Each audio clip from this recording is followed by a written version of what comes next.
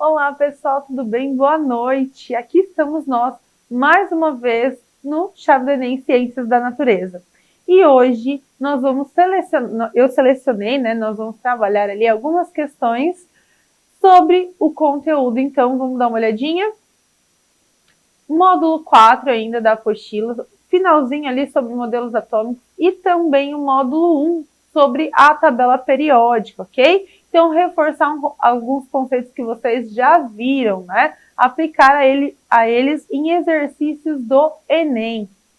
Bom, separem o material de vocês, mas essa é a nossa primeira questão. Então, a questão ela vai trazer um fato corriqueiro. Ao se cozinhar arroz, é o derramamento de parte da água do cozimento sobre a chama azul do fogo, mudando-a para uma chama amarela. Essa mudança de cor pode suscitar interpretações diversas, relacionando as substâncias presentes na água do cozimento, além do sal de cozinha, cloreto de sódio, NaCl, presentes na água do cozimento. Além do sal, né, se encontram carboidratos, proteínas e outros sais, né, de outros minerais. Cientificamente, agora vamos pensar o que está acontecendo, né? A gente sabe que quando o gás não está acabando, a combustão que ocorre com a chama do fogão, ela é uma combustão dita completa. Por isso que a chama ela é azulada, né? A temperatura mais alta ali naquela chama azulada. A quantidade de combustível e a quantidade de comburente que eu tenho ali é uma quantidade suficiente, então a combustão está acontecendo de forma completa. Mas, quando ocorre ali, quando você vai cozinhar um alimento, você tampa a panela e não é uma panela de pressão, uma panela convencional, você deixa ela tampada, dependendo, né, do que você está cozinhando, como o arroz, certo? Ou o macarrão, você percebe que a água ela começa a movimentar aquela tampa e até acaba escorrendo para fora da panela. E aí é nesse processo, a sua chama tá azul, tá perfeita ali. Escorre um pouco daquela água e ocorre a mudança de cor. Então, cientificamente, sabe-se que essa mudança de cor ocorre pela... Então, qual é o fator, né, que vai influenciar na mudança de cor? Bom, a redução do gás de cozinha com sal, volatilizando o gás cloro. Mas aonde está esse gás cloro? Porque o gás de cozinha ele é formado pelas substâncias propano e butano, né? Uma mistura desses gases, né? GLP, que é os gases liquefeitos do petróleo. Emissão de fótons pelo sódio. O que é essa emissão de fótons? Né? Excitado por causa da chama. Por que ele seria excitado por conta da chama? A gente vai ver algumas alternativas ali. Produção de derivado amarelo. Então, quer dizer que na hora que a chama entrou em contato com o fogo, você produziu algo que era amarelo. Pela reação com o carboidrato. Então, você estava ali, especificamente naquele momento, reagindo o carboidrato. Reação do gás de cozinha com a água, formando o gás hidrogênio. Como assim? O gás de cozinha ele está reagindo com a água, mas o gás de cozinha ele não está saindo e queimando ali, e ele não está em contato direto com aquela água, certo? Tem uma panela ali isolando ali, não dando esse contato. Excitação das moléculas de proteína com formação de luz amarela. Então, você está excitando uma proteína, você está trabalhando com aquela proteína e nesse processo vai formar a luz amarela, mas aí a proteína ela não está dentro do carboidrato, não está dentro lá do alimento, enfim. Mas vamos lá. Para ajudar a gente a pensar um pouquinho, né, já que é modelos atômicos, eu acho que a maioria já sacou qual é da questão, né? O que acontece? Quando eu pego um sal, né, e coloco ele, excito aquele sal, aquele metal daquele sal de alguma forma, perturbo ele vai, né, os elétrons daquele metal que compõe aquele composto inorgânico, aquele sal, eles vão absorver energia, né? Aí eles podem absorver energia de diversas fontes e uma delas é de uma fonte de calor. Quando eles absorvem aquela energia, ele vai para uma camada mais externa. Então, você tem aqui no primeiro desenho, né, o núcleo, a E1, e a E2 e a ordem crescente, né? Então, quanto mais eu vou me afastando do núcleo, vou aumentando essa energia. Quando o elétron, que está aqui, o E1, ele absorve aquela energia externa, ele está excitado, ele está com uma quantidade energética muito maior do que ele pode suportar e principalmente do que aquele nível que ele se encontra pode suportar. Então, o que ele faz? Ele vai saltar e aí ele vai vir aqui, ó, na E2, vamos supor assim, né? Na segunda camada aqui. Ele absorve energia, então a energia que ele tinha aumenta aqui e vai para E2. Só que aquela energia que ele absorveu não é a energia dele, né? Não é o que ele quer. Então, basicamente, vamos pensar, claro que é uma analogia, né? Não se prendam a isso, mas vamos pensar que basicamente é isso aqui, né? Você tem uma esponja e quando você coloca ela próximo da água, o que vai acontecer? Ou um pano, um papel toalha, ele vai absorver aquela água, né? Involuntariamente vai acontecer, certo? Então o elétron involuntariamente ele vai absorver aquela energia e aí ele vai saltar, ele vai para a camada mais externa, mais distante, aqui, ó. E só que aquela energia, aquela quantidade de energia que ele absorveu não é dele e ele quer voltar e ele vai voltar para o seu lugar de origem. Então ele vai sair aqui da camada mais externa e vai voltar para o seu lugar de origem. Só que para isso, toda aquela energia que ele absorveu, ele tem que liberar a mesma quantidade, tá? Não é quantidade diferente. A quantidade de energia que ele absorve é exatamente igual à quantidade de energia que ele libera. A diferença é que ele pode converter aquela energia, né, energia térmica em energia luminosa. E aí, nesse processo, ele vai, né, liberar essa onda eletromagnética numa forma de luz, né? E essa luz algumas vezes na região do visível. E aí a gente consegue identificar a mudança de cor, né? O processo aí que ocorre com os fogos de artifícios, processo aí que vai acontecer com algumas lâmpadas, né? As mais antigas, por exemplo, aquelas que eram de sódio, amarelada. Então é o processo que acontece, ele vai liberar energia, ele vai liberar um quantum, um fóton de energia, quando ele voltar para o seu lugar de origem, porque daí toda aquela energia que ele absorveu, ele converte em uma onda eletromagnética numa frequência que normalmente a gente consegue, né, em alguns casos, identificar na região do visível. Então, né, a única alternativa que vai de acordo, né, que vai trazer aí essa explicação de forma científica e também de uma forma mais coerente é a alternativa B, né? Então, o que está acontecendo? O elétron, ele absorve o elétron do sódio, né? Ele vai absorver a energia quando ele entra em contato com a chama, e aí, nesse processo de liberar a energia que ele absorveu, ele começa a emitir a cor amarelada, alaranjada ali, da característica do elemento sódio, né? Se forem outras cores, são outros elementos metálicos, ok? Beleza? Essa é bem tranquila, né? Mas é uma questão também que às vezes pode causar ali alguma confusão pelo nome fóton, enfim. Mas é uma questão, costuma ser uma parte bem tranquila. Agora, a gente já vai um pouquinho além, né? Na segunda questão, a gente já vai trazer ali algumas configurações eletrônicas, pensar ali em algumas questões de ligações químicas. Então, a gente já vai, né, pegar a configuração da tabela, da ligação química e trabalhar um pouquinho com esses elementos de uma forma mais particular. Por terem camada de valência completa, então o que seria essa camada de valência completa, né? E alta energia de ionização e afinidade eletrônica praticamente nula, considerou-se por muito tempo que os gases nobres não formariam compostos químicos. Então, com exceção do gás hélio, todos os outros gases que compõem a 18ª coluna da tabela periódica, ou família 8A, ou simplesmente família dos gases nobres, né? Todos aqueles elementos têm a sua valência completa, o seu octeto completo, né? Na última camada, na camada mais externa, eles vão ter ali 8 elétrons.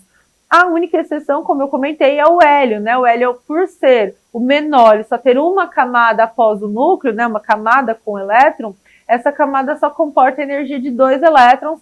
Então, nesse caso, ele está com a valência completa, mas aí a gente não trabalha mais, né, com ele com o nome regra do octeto, a gente vai trabalhar com a regra do dueto. Mas, né, os gases nobres, eles, devido a essa configuração, devido à alta energia de ionização, o que é a energia de ionização? É a energia que eu vou gastar para tirar o elétron.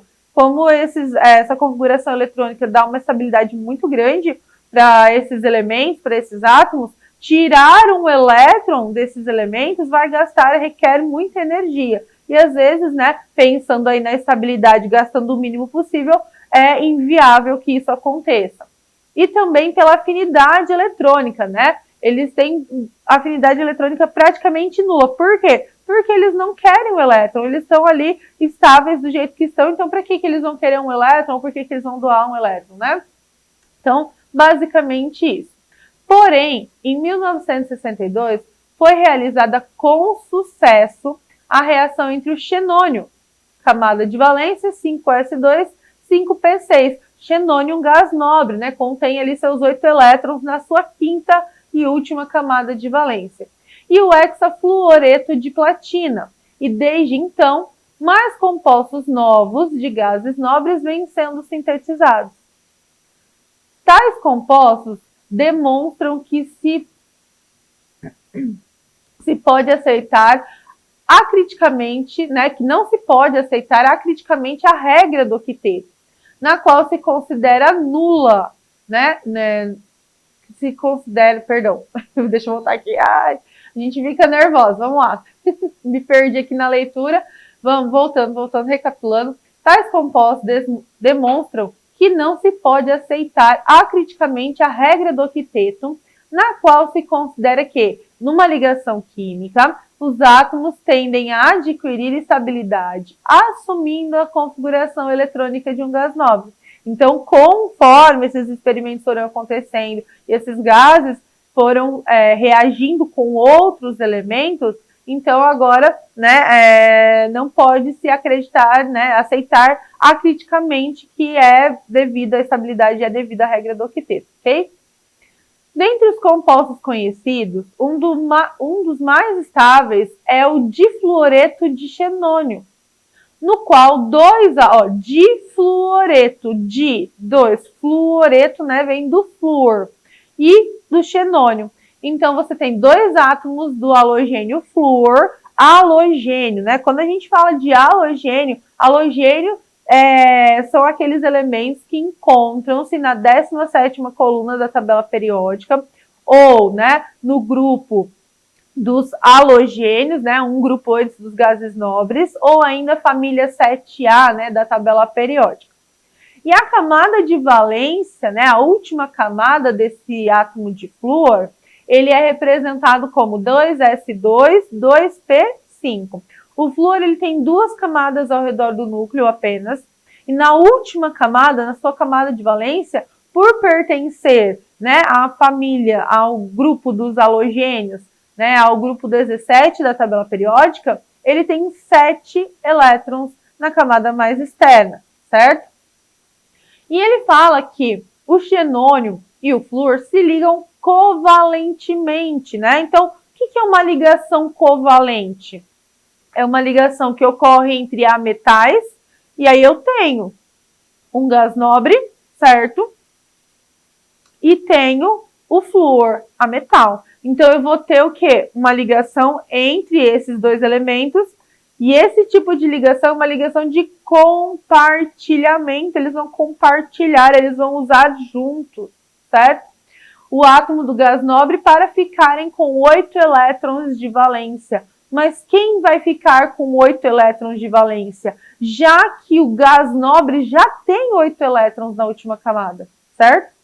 Ao se escrever a fórmula de Lewis do composto do xenônio citado, quantos elétrons na camada de valência haverá no átomo do gás nobre? Então, a gente tem as alternativas, eu tirei para poupar um pouquinho de espaço. Na hora de responder, nós temos A, B, C, D e E, certo? Mas vamos lá. O que é essa fórmula de Lewis, né? Então, a fórmula de Lewis é aquela que eu vou colocar ali o elemento, o símbolo do elemento, certo? E vou representar os elétrons de valência. Bolinha, coraçãozinho, estrelinha, triângulo, não importa, né? Você vai escolher o jeito de representar. Normalmente a gente faz bolinha, que é muito mais fácil.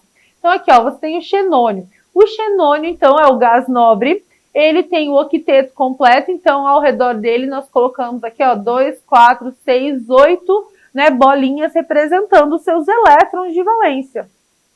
E o flúor, né, grupo 17, família dos halogênios ali, ele tem 7 elétrons na última camada. Então, o símbolo do elemento e 2, 4, 6, 7 elétrons ao redor, né, desse símbolo, desse elemento. Uma forma de representar, para facilitar a nossa compreensão e facilitar também os nossos estudos na hora de montar, né, identificar uma ligação iônica, na hora de montar uma ligação covalente. Então, a estrutura de Lewis ela vem para nos ajudar nesse processo, ok?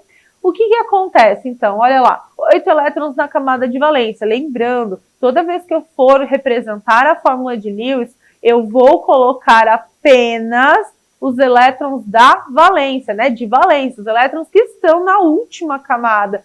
Por quê? Agora que a gente partiu lá do micro, lá do átomo, agora a gente vai para as ligações entre os átomos, certo? E depois para as reações químicas. As ligações químicas e as reações químicas ocorrem com a eletrosfera, certo? Com os elétrons. O núcleo do átomo e as camadas mais internas, por enquanto, não irão participar, né? O núcleo vai participar quando a gente for falar de radioatividade. E quando a gente está falando de compartilhar ou doar elétron, esses elétrons sairão da camada mais externa, certo? Por isso que a gente só representa os elétrons de valência. E aqui os 7 elétrons da camada de valência do flúor. Mas o exercício, né, ele fala que você usou 2 íons fluoreto, né, e um átomo lá do gás nobre do xenônio. Então, quando você coloca o xenônio no meio, por que eu vou colocar ele no meio, né, no centro? Porque ele está em menor quantidade, certo? E automaticamente, como ele já está com o octeto completo, ele está lá no 5º período, então ele pode expandir o octeto, né? O flúor já não pode expandir o octeto, porque ele só tem 2 camadas ao redor do núcleo, e a segunda camada, que é a camada L, só comporta até 8 elétrons, então ele só pode fazer uma ligação e pronto, parou por aí, certo? Porque ele não pode expandir, então ele vai na extremidade. Então o xenônio lá, aí agora, né, mudei de cor, por quê? Porque as bolinhas azuis são referentes aos elétrons de valência do xenônio, e as vermelhas dos 2 átomos do flúor, né? Quando eles compartilham, então, aí esse quadradinho representa o compartilhamento, né, dos dois. O elétron do xenônio e o elétron do flúor agora são compartilhados. Quer dizer que, né, eles vão usar de forma conjunta. Eles vão usar em conjunto, né, como se eu tivesse emprestado minha borracha para o meu colega. A borracha é minha, certo? Mas nós vamos usar em conjunto, ok? E vai estar tudo bem, vai dar tudo certo. Os dois vão conseguir, né, o objetivo deles, que é usar a borracha ali e fazer os exercícios. Então, isso também acontece, né, do outro lado. Então, o elétron agora passa a ser dos dois. Então, na hora que eu vou fazer a contagem, olha só, o flúor. Então, ele tinha 7 mais um elétron, 8, octeto completo. O outro átomo de flúor, ele tinha 7 mais um azul, ficou com 8. E o xenônio tinha 8, mas ele está compartilhando, aquele elétron também está sendo usado por ele, certo? Então, eu tenho 2, 4, 6, 8, 9 no primeiro compartilhamento e 10 no segundo compartilhamento. Então, no total agora, o xenônio tem 10 elétrons na camada de valência, certo? 5ª camada, ela é expansível, então ele consegue expandir ali, né? Ele consegue ter mais que 8 elétrons sem problema nenhum, ok? Então, na hora de assinalar a alternativa, então ele fala assim, ó, ao escrever a fórmula de Lewis do composto do xenônio citado, né, com os 2 átomos de flúor, quantos elétrons na camada de valência haverá no átomo do gás nobre? Então, quando ele fizer o compartilhamento, haverá 10 elétrons na sua camada de valência. Tranquilo, né, pessoal? Beleza? Dúvida? Se tiver alguma dúvida, mande pra gente, ok? Se não, bora para a terceira questão. Essa terceira questão é enunciadinho, um pouquinho longo, mas ela é bem tranquila também. Envolve, né, uma propriedade periódica específica e aí já também traz, né, o gancho da ligação iônica. Mas vamos lá.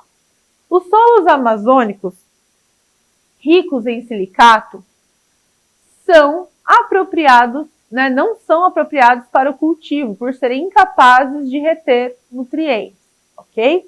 Contudo, descobertas arqueológicas têm demonstrado que os antigos habitantes da Amazônia dominavam a técnica do preparo de um insumo agrícola natural, denominado terra preta. Então você tem uma terra ali, né, um solo, que ele não é rico em nutrientes, então teoricamente ele não favoreceria ali o plantio, né, o cultivo, mas se você preparar aquela terra, né, com alguns insumos, ela vai ser uma terra apropriada para o cultivo de algumas plantas, né? Então eles tinham o domínio, eles dominavam essa técnica de preparar essa terra. Esse insumo era constituído principalmente de uma espécie de biocarvão, tá? Obtido da queima da matéria orgânica, como troncos de árvore, pedaços de ossos e esterco, capaz de manter o solo fértil por muitos anos. Então ele fazia essa mistura e misturava ali na terra, naquele solo que não era fértil, e transformava ele num solo fértil, né, em que vai contribuir ali para a absorção dos nutrientes necessários para o desenvolvimento e cultivo das plantas. Admite-se que o efeito do biocarvão na fertilização do solo estava, em parte, relacionado à presença de grupos orgânicos do tipo carboxilato e em sua superfície carregados negativamente. Então tá aqui, ó, carboxilato, tá vendo? Ó, o C dupla O negativo aqui. Então ele é carregado negativamente, ok? Esses grupos atraem, negativo vai atrair íons positivos, necessários como nutrientes, tais quais os provenientes do potássio, do cálcio, magnésio, além de micronutrientes como o zinco e o ferro. Essa ligação no solo fértil é predominantemente iônica, conforme ilustra a figura, em que M positivo representa os cátions metálicos, potássio, cálcio, magnésio, zinco e ferro. De acordo com a escala de Pauling, a eletronegatividade do elemento oxigênio é igual a 3,44. Quando a gente vai trabalhar a eletronegatividade e olha lá a questão de aumento da eletronegatividade, diminuição da eletronegatividade, o que é isso, né? Os elementos mais eletronegativos são aqueles elementos que têm maior tendência a atrair os elétrons para perto deles, certo? Então, numa ligação covalente. Pensa numa ligação covalente como um cabo de guerra, né? Porque a gente representa ela como um traço. Vamos pensar numa ligação simples. E cada ponta você vai ter ali um elemento contribuindo com, por exemplo, um elétron, certo? Se eu tenho átomos com forças iguais, aquele cabo de guerra não vai sair do lugar. Mas se eu tenho átomos com força diferente, na hora de puxar, o mais forte vai atrair, né, aquela outra ponta para mais próximo dele. Então, o que acontece nesse caso? O oxigênio é o segundo elemento mais eletronegativo da tabela periódica. E aí ele fala assim, ó, esse elemento, esse oxigênio, ele tem uma eletronegatividade de 3,44. E aí você tem lá o solo com um biocarvão que tem esse elemento eletronegativo, que depois ele vai atrair quem? Um material, certo? Um material ali positivo, um íon positivo, né? Um cátion. E aí você vai ter, então, quando esse cátion ele for atraído por esse oxigênio, um solo, né, fertilizado, um solo propício para o plantio ali, com a absorção dos nutrientes principais. O quadro apresenta os valores de eletronegatividade desses 5 elementos metálicos. Então, os 5 elementos metálicos que o exercício trouxe, levantou, ele vai trazer aqui, ó. Então, você tem o elemento potássio, cálcio, magnésio, zinco e ferro. E você vai ter a eletronegatividade de cada um deles, ok? E o que o exercício quer? Ele quer saber qual é o cátion, ou seja, qual dos elementos aqui metálicos que quando perde elétrons e ficam positivos, resultará em uma interação de maior caráter iônico com o ânion carboxilato, né? Pensando ali na eletronegatividade do oxigênio, será aquele proveniente do elemento. Então, para eu ter, né, uma ligação com um caráter, uma interação de maior caráter iônico, eu tenho que ter as duas extremidades. Eu tenho que ter o elemento mais eletronegativo, certo? E o elemento menos eletronegativo, ou mais eletropositivo, podemos assim dizer. O elemento que tem maior tendência a receber o elétron, né, a ter maior força ali na ligação covalente, se for uma ligação covalente de puxar aquele elétron, ou se for uma ligação iônica de receber aquele elétron, e eu tenho que ter um outro elemento que ele tem o quê? Uma baixa afinidade por esse elétron. E aí esse elétron vai com maior facilidade para o outro elemento, certo? Então, nesse caso, nesses elementos aqui, ó, quem tem a menor eletronegatividade? Porque se eu tiver um elemento mais eletronegativo e um outro com uma eletronegatividade alta, não vai formar um composto iônico tão, né, de um caráter tão iônico.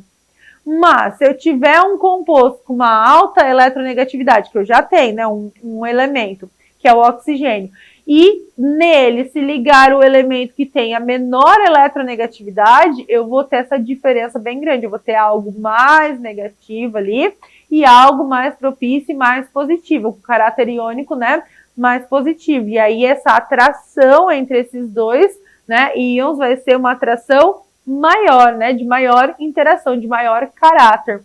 Então, se a gente olhar para todos da tabela, quem tem a menor eletronegatividade, no caso, é o elemento potássio. Olha lá a eletronegatividade dele, 0,82. Então, nesse processo de atrair elétron, ele é o que menos vai atrair o elétron. Dele é mais fácil o elétron sair e ir para o outro elemento, certo? Então, nesse caso, a alternativa é a letra A. Tudo bem, pessoal? Quando a gente fala nesse caráter iônico e leva em consideração a eletronegatividade, quando eu quero, né, que a substância tenha maior caráter iônico, então eu tenho que ter uma diferença muito grande entre o elemento mais eletronegativo e o menos eletronegativo. E de todos eles, o que tem menor caráter eletronegativo aqui para fazer essa interação com maior caráter vai ser o potássio, tudo bem?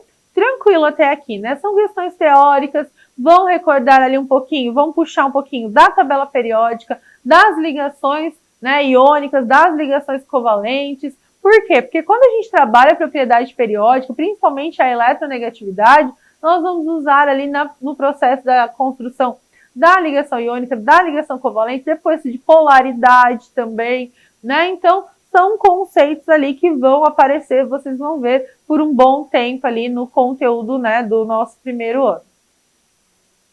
Vamos lá para a nossa quarta questão. Bom, a quarta questão, ela vai trabalhar com íons e a distribuição eletrônica. Essa questão é uma questão bem elaborada, né? A gente se perde, às vezes, pode se perder com tanta informação, mas é só separar as informações. Você olha ali cada uma delas, analisa separadamente, é isso que nós vamos fazer. Mas vamos lá. Os íons, né? Então, o que são íons? São elementos que perderam ou ganharam elétrons, certo? São muito importantes para o bom funcionamento do nosso organismo.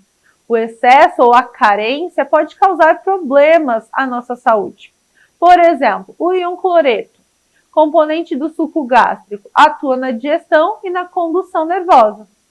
O íon iodeto, componente dos hormônios tiroidianos, né, ativa o funcionamento cerebral, permitindo que os músculos armazenem oxigênio, evitando o depósito de gordura nos tecidos.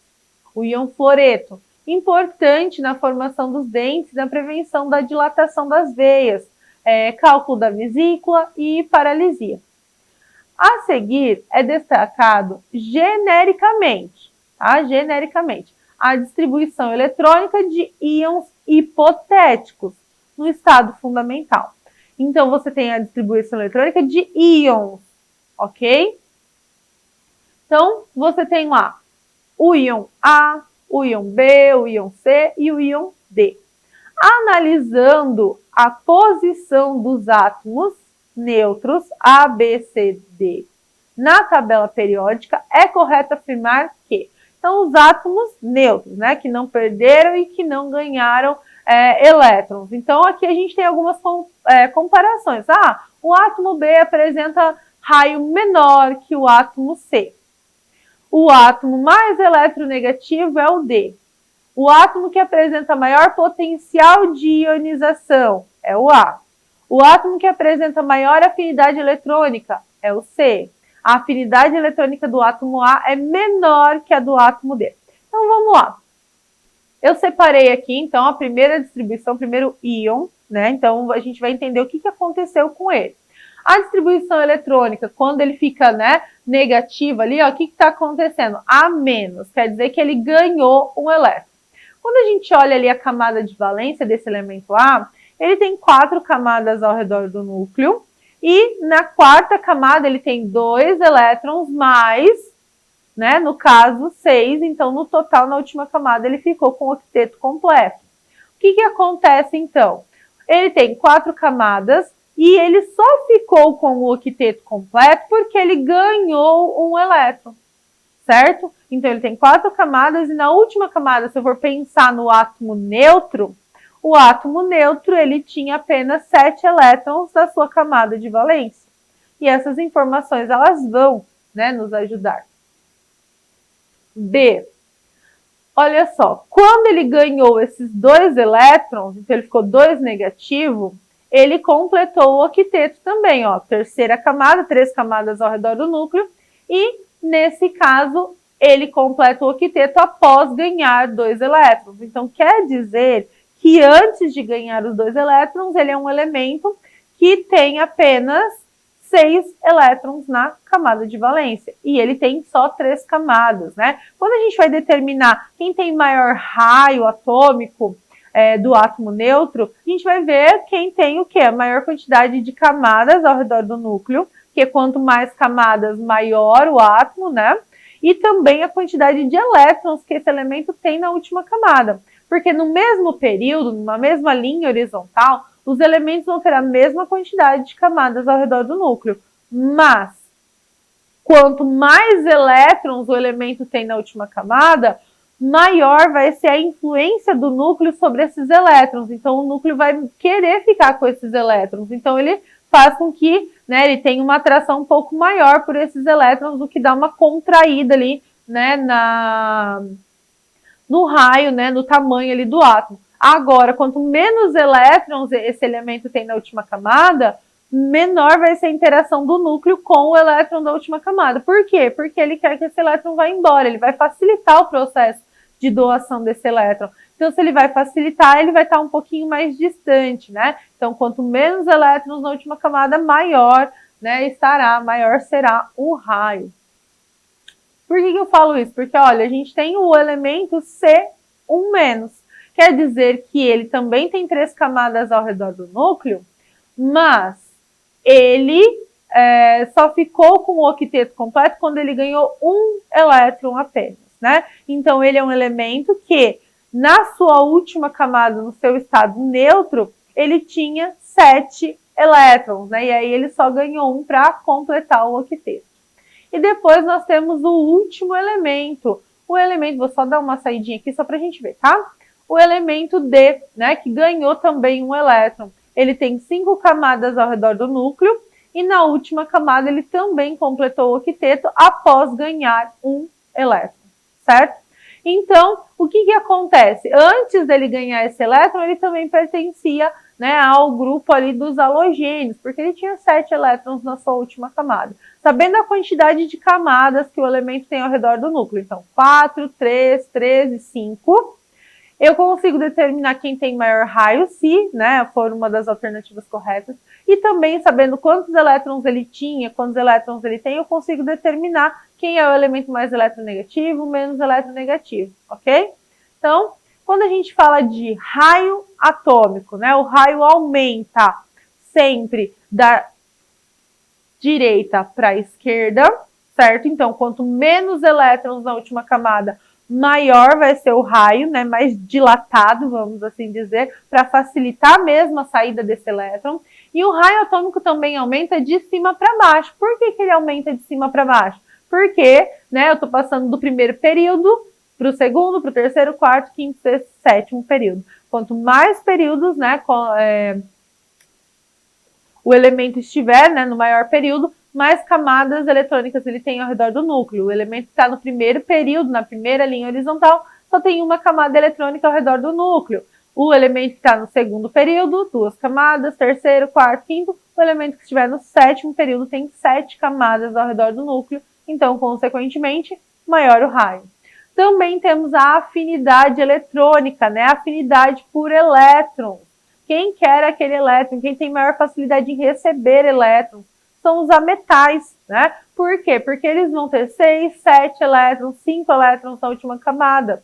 E, consequentemente, eles têm maior tendência a receber. E quem tem baixa afinidade eletrônica? Aqui, ó, né? Os metais, certo? Por quê? Porque os metais vão ter 1, 2, 3 elétrons na última camada, então eles têm, né, maior facilidade em doar. E aí, no caso, né, os gases nobres, eles não entram nessa questão, por quê? Porque eles fazem ligações, nós vimos no exercício anterior, mas, né, com algumas perturbações ali no sistema, né? Fora isso, ele não tem essa afinidade por elétrons tão aparente, né? Só quando você perturba o sistema dele.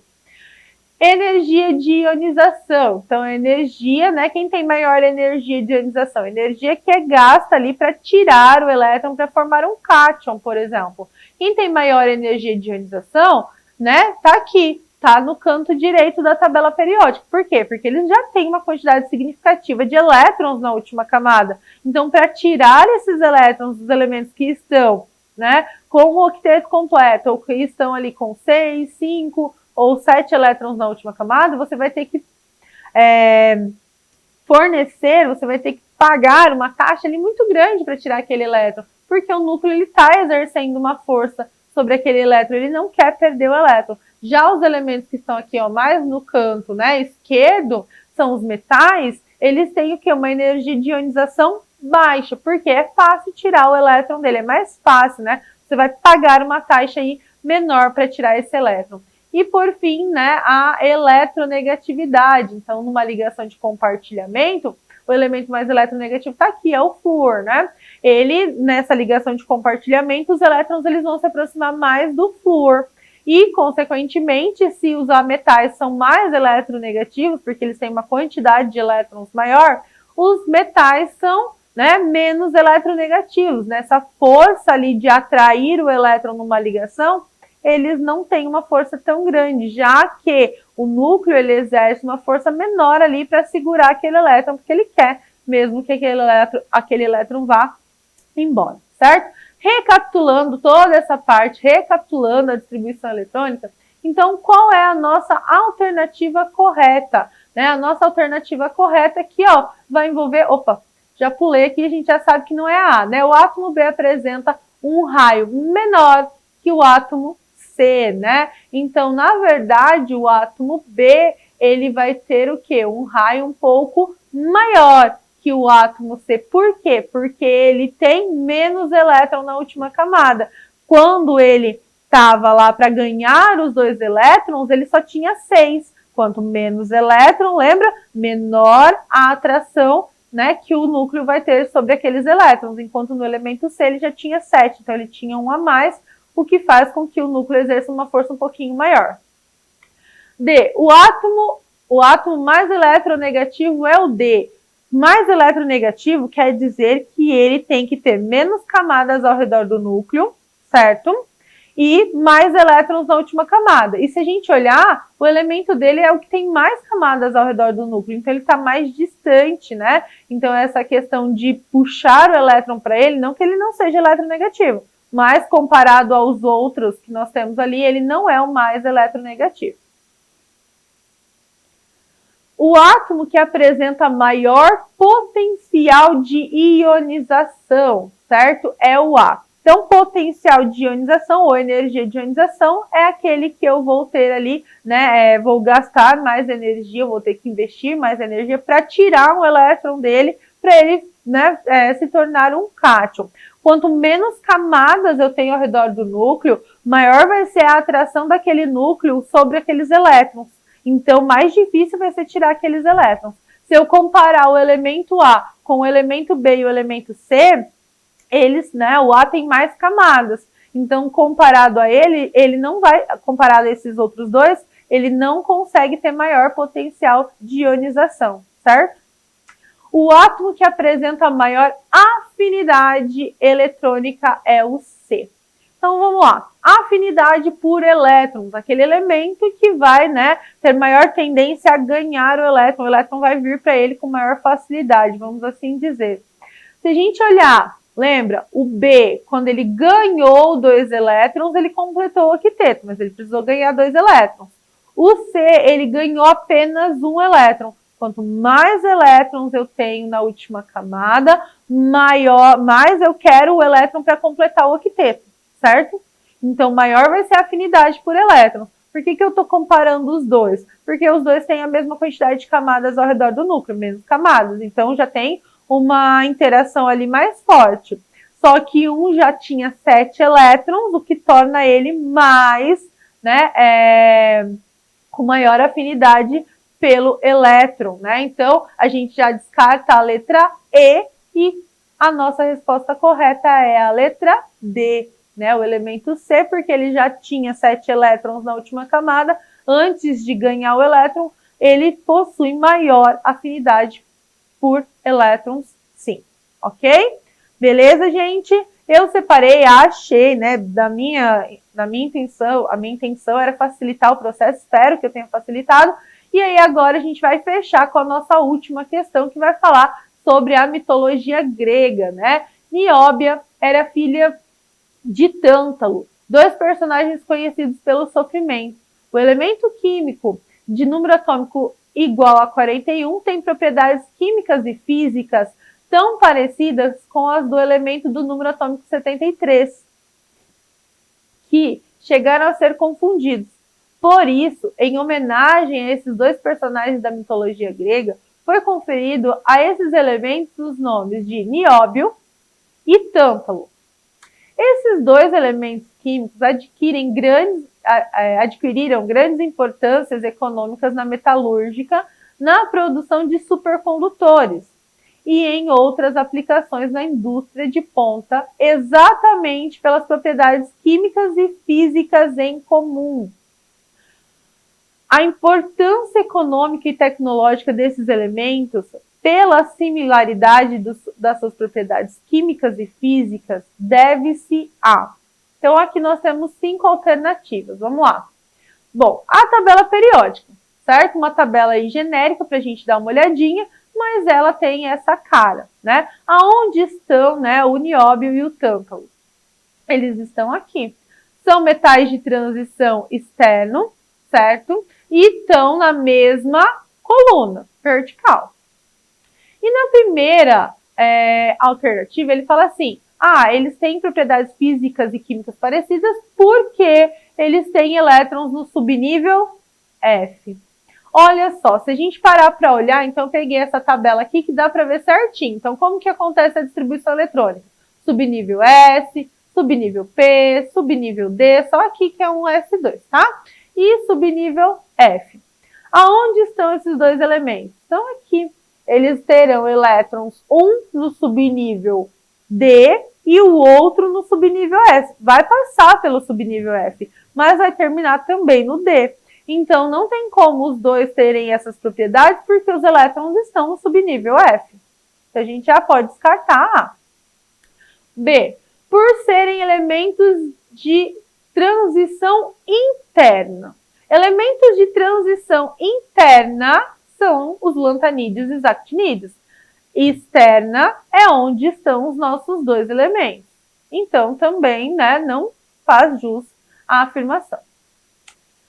Pertencerem ao mesmo grupo da tabela periódica. Então, eles pertencem à mesma coluna, né? O que levou os elementos a ficarem no mesmo grupo? Os elementos que estão no mesmo grupo é porque, por exemplo, vamos falar, o grupo dos gases nobres. Aqui. Aqui. O grupo dos gases nobres. Por que eles foram agrupados nessa coluna? Porque eles encontram basicamente sozinhos na natureza, porque eles estão no estado gasoso, porque eles têm configuração eletrônica parecida, né? Por que lá, ó, a primeira coluna, né, onde tem o hidrogênio, mas vamos pensar ali nos metais alcalinos, lítio, sódio, potássio. Por que eles fazem parte dessa mesma família? Porque eles são metais, porque eles têm pontos de fusão e ebulição próximos, já que são metais, eles têm a mesma configuração eletrônica. Então, será que pertencer ao mesmo grupo é de fato o que vai promover a similaridade em algumas características, como propriedades físicas e químicas do elemento? Letra D. Terem seus elétrons mais externos nos níveis 4 e 5, respectivamente, né? Então, você tem ali os elétrons mais externos no nível 4 e no nível 5, ok. Mas se a gente parar para pensar, se isso é o que configura, então todos os elementos que tiverem os elétrons mais externos no nível 4 e no nível 5 vão ter propriedades parecidas. Então, por exemplo, eu vou ter o xenônio lá com seus elétrons mais externos no nível 4 e eu vou ter o rubídio com seus elétrons mais externos no nível 5. E aí eles são parecidos? Um gás nobre com um metal? Não, né? E a letra E, estarem localizados na família dos metais alcalinos terrosos e alcalinos, né? Então, respectivamente, um está na família dos alcalinos terrosos e o outro na família dos metais alcalinos. Alcalinos, primeira coluna. Alcalinos terrosos, segunda coluna, que está em alaranjado. E onde estão esses dois metais? Nos metais de transição externo, certo? Então, não. Então, qual é a letra que vai representar, que explica, né, por que esses dois elementos ali possuem similaridade nas suas propriedades químicas e físicas? Porque eles pertencem ao mesmo grupo da tabela periódica. Então, isso que vai caracterizar, né, essa similaridade. Eles não foram colocados lá por acaso. Sim, tem uma lógica por trás desse agrupamento, ok? Pessoal, então, por hoje a disciplina de Química fica por aqui.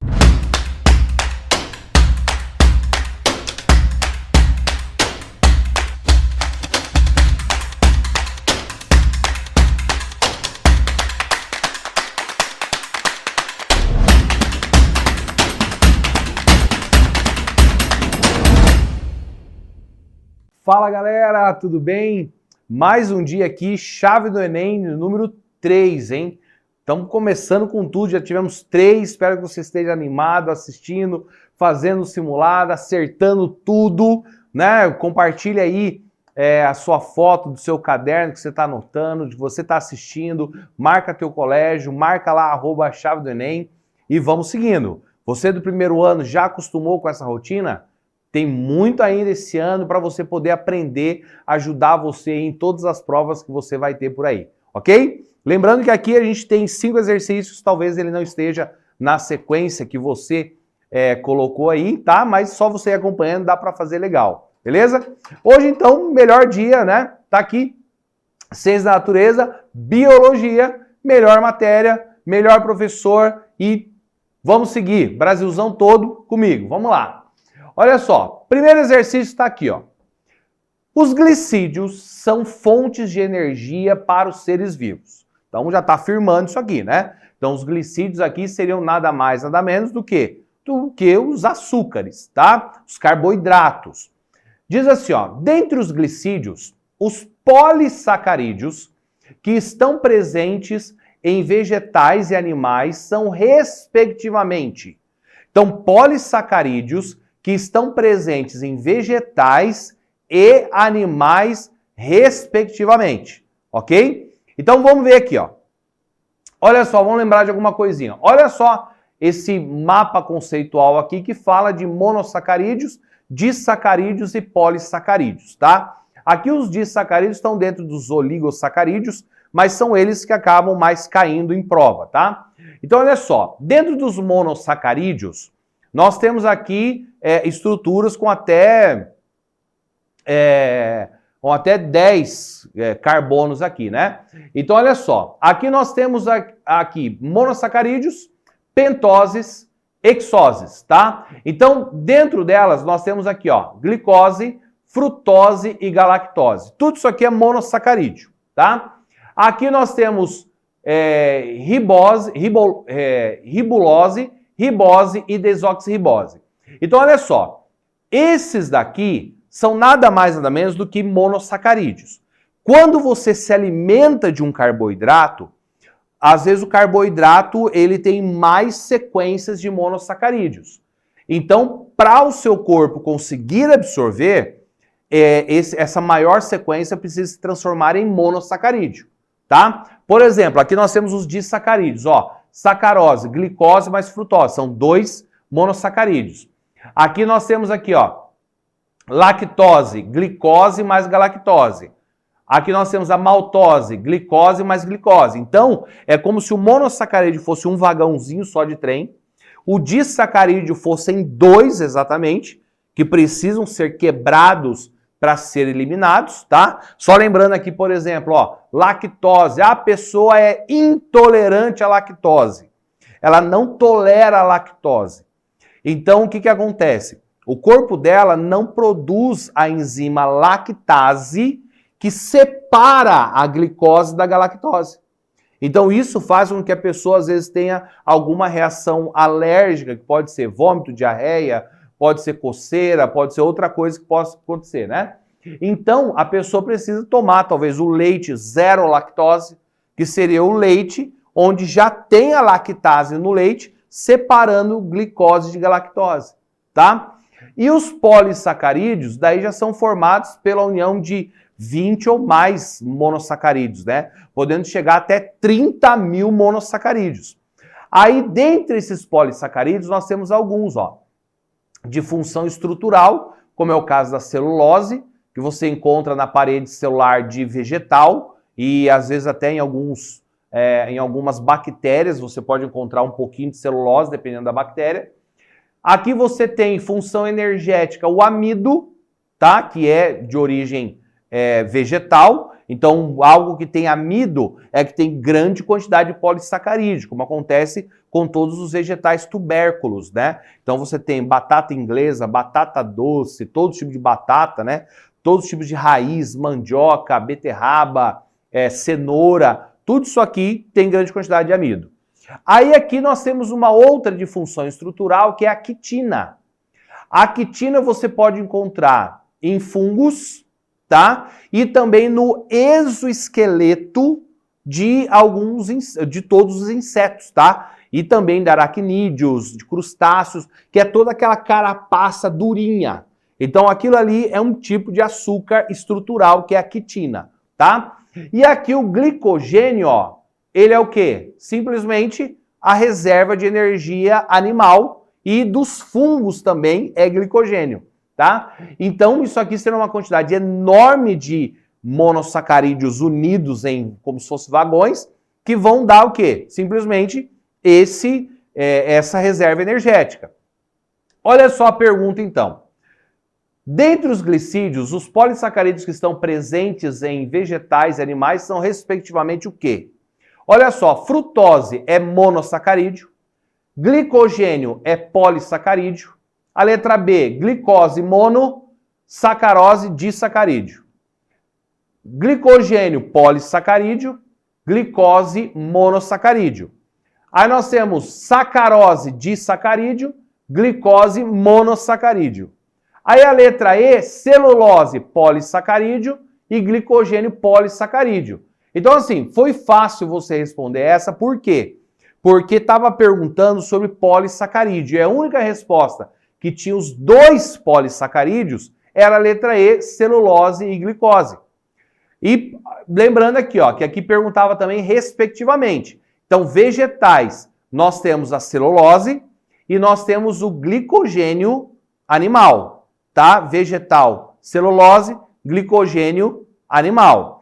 Lembrando que a celulose, ela é um carboidrato, ela é um açúcar estrutural. E o glicogênio é energético, tá? Então, por exemplo, nos seres humanos, vai ter armazenado grande quantidade de glicogênio no fígado e nos músculos. Ah, professor, então quer dizer que se eu comer muito carboidrato eu vou ter bastante energia? Vai. Mas, se você já tem acúmulo suficiente de energia, essa glicose, ela pode se metabolizar e transformar em gordura. Já viu pessoas que têm gordura no fígado? Né? São pessoas que acabam comendo grande quantidade de carboidratos, já tem o glicogênio acaba se metabolizando em forma gordura no fígado. E aí acaba prejudicando o fígado, prejudica o organismo todo, já que é um órgão que vai destoxificar o organismo. Tá bom? Beleza? Acertaram? Beleza, essa foi de boa. Vamos para a próxima. A próxima diz aqui, ó, exatamente o que eu já falei anteriormente. Assinale a opção que corresponde a um polissacarídeo com função estrutural. Olha só, já mata a pau, né? Primeiro que eu acabei de falar, quitina. Será que é? Claro que é, né? Amido é função energética dos vegetais. Então não é estrutural. Maltose, energética. Amilose seria simplesmente um processo de obtenção de energia, não tem nada a ver. Glicogênio é função energética dos animais e também dos fungos. Então, ó, quitina você vai encontrar onde? Nessa carapacinha dura aqui, ó. Ó, tadinha, ó que bonitinho, ó. Passa a mãozinha aqui nela, aqui, ó. Tá vendo, ó? Essa capinha aqui durinha, ela é formada por um tipo de açúcar que é a quitina. É uma função estrutural. Outro ser vivo que tem quitina é esses camaradinhas aqui, que são os fungos. Ah, professor, mas ele não é tão durinho, mas é assim, ó. Os fungos são formados por célula. Lembra que os vegetais têm célula e em volta da célula tem uma parede celular de celulose?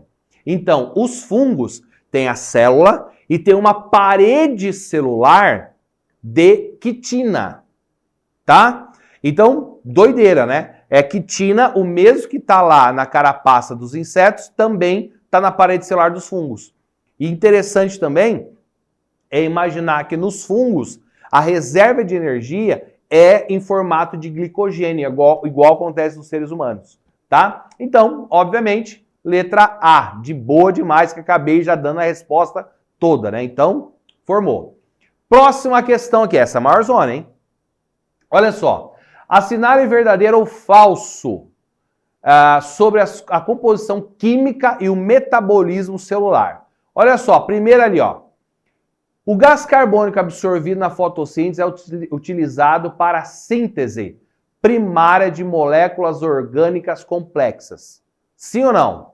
Esse gás carbônico, ele vai ser utilizado na fotossíntese para criação de moléculas orgânicas? É isso que vai acontecer? 2. As proteínas, os polissacarídeos, os ácidos nucleicos são moléculas poliméricas, formadas respectivamente por unidades monoméricas de aminoácidos, monossacarídeos e nucleotídeos. O que está perguntando aqui? Essa pergunta, essa alternativa desse tipo, falando sobre proteínas poliméricas, cara, já caiu em muitas provas por aí. O que você tem que entender? No caso, por exemplo, uma proteína é uma molécula grande. Então, são formados por unidades menores, tá? Um polissacarídeo é grande e é formado por unidades menores de monossacarídeos, tá? Os ácidos nucleicos, que é o DNA, por exemplo, ele é formado por unidades menores também. Então, quando diz que são unidades monoméricas que vão formar as unidades poliméricas, simplesmente é verdade, tá? Então, elas são unidades maiores são formadas por unidades que são menores. Ó, vamos ver isso aqui. Dá uma olhada aqui, ó. Nessa imagem aqui, ó, nós temos, por exemplo, as proteínas. Isso daqui é uma proteína, tá? Que são formados por unidades menores, que são os aminoácidos. Então, quando, por exemplo, você come uma proteína, chega no estômago e no intestino, são os dois lugares que vai metabolizar a proteína. Ou seja, vai transformar a proteína, que é grandona, em aminoácidos, que são essas letrinhas que eu coloquei aqui para vocês. Professor, por que acontece isso? Simplesmente, gente, porque o nosso intestino não consegue atravessar macromoléculas, só moléculas monoméricas, tá? Isso faz você entender uma coisa. Já ouviu falar que a pessoa, você tem que tomar uma cápsula de colágeno? O colágeno é uma proteína que vai dar ali uma elasticidade à sua pele. E aí muita gente está com uma ruguinha aqui ali, alguém fala para você, toma lá uma cápsula de colágeno, tá? Pensa só o seguinte, a cápsula de colágeno você está ingerindo uma proteína, tá? Quando chegar no estômago, começa a digestão da proteína e termina no intestino delgado. Ou seja, essa molécula polimérica de colágeno vai se transformar em um monte de aminoácidos, são monoméricas. O que isso significa? Gente, não tem como eu controlar um aminoácido para justamente os aminoácidos dessa cápsula de colágeno que eu tomei irem justamente para minha cara e dar aquela esticada. Não. Ele simplesmente vai ser formado essas novas proteínas aonde estiver precisando. Então, se está precisando para formar um suco gástrico, se está precisando para formar insulina, se está precisando para formar unha, se estiver precisando para formar parte do corpo, da pele, ela vai ser formada, ela vai ser utilizada onde estiver precisando. Para formar fibras musculares, ela vai. Então, muitas vezes, ela acaba tendo um efeito mais placebo, né? Para a pessoa olhar, não, eu acho que funcionou. Tá? Então, só para você poder entender o que acontece com a proteína quando você acaba ingerindo. Olha só, a ligação peptídica, ó, toda vez que ela se liga ao aminoácido, ele perde uma molécula de água. Tá vendo? Ó? Sempre perde uma molécula de água. Então, você tem a união do grupo amino com carboxila, perde ali molécula de hidrogênio e água H2O. Tá? Então, por isso que você precisa de água. Precisa de água para quê? Para o seu corpo transformar as proteínas, tá? Para transformar as proteínas em aminoácidos, tá? Então precisa da água exatamente para isso. Outra coisa importante, coloquei aqui, ó. Existem 3 formas de desnaturar a proteína, tá? Por exemplo, o seu corpo tem em torno de 36, 37 graus. Se você muda a temperatura do seu corpo, a proteína não consegue ser formada e não consegue trabalhar bem. Por isso que quando você está com febre ou com hipotermia, as proteínas, obviamente, elas não vão trabalhar bem. E por isso que você acaba tendo sintoma da doença e ficando muito fraco, tá? Mudanças de pH, mesma coisa. Você pegou, foi lá, comeu alguma proteína, alguma coisa, e de repente você foi lá e ingeriu refrigerante com grande quantidade de açúcar, de sal, ali mudando a acidez do organismo. Isso faz trabalhar mais lento também essa formação da proteína, essa digestão da proteína, tá? E também a quantidade de substrato. Você vai lá e toma um caldo de cana lotadíssimo ali de sacarose.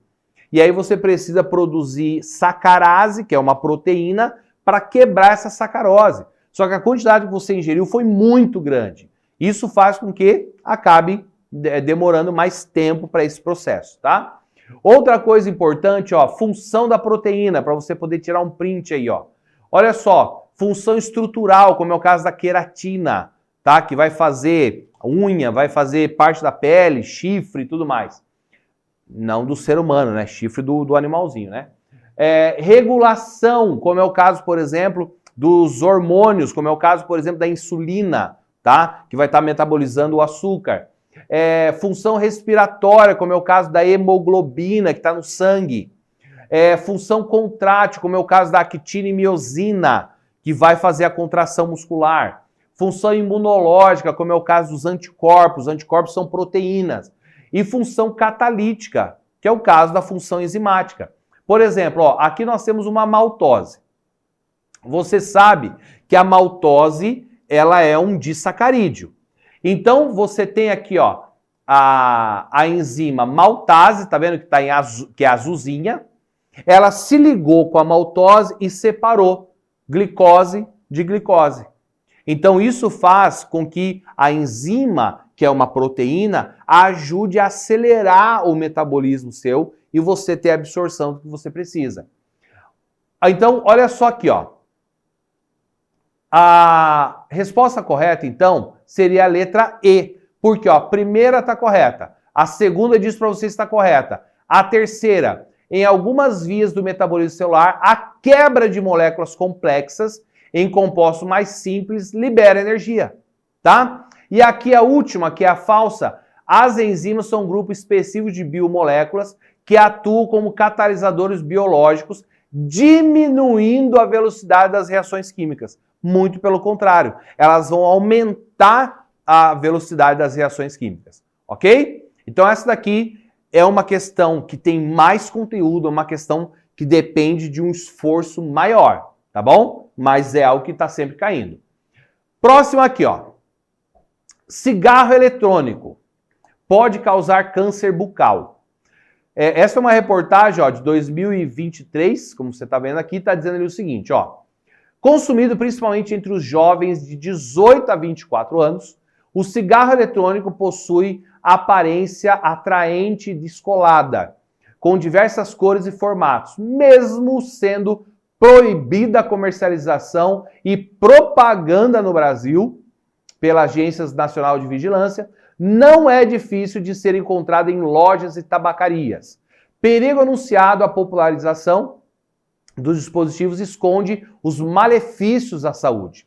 Os produtos utilizados podem gerar o vapor dos cigarros e incluem quantidades de nicotina e substâncias citotóxicas, ou seja, que afeta a célula, que além de gerar dependência, altera o DNA das células da boca e de todo o trato respiratório, aumentando o risco das ocorrências de tumores, alerta especialistas. Então, olha só. Nós não falamos que as proteínas, elas desnaturam quando aumenta pH, muda o pH, sobe ou abaixa, ou sobe ou diminui a temperatura?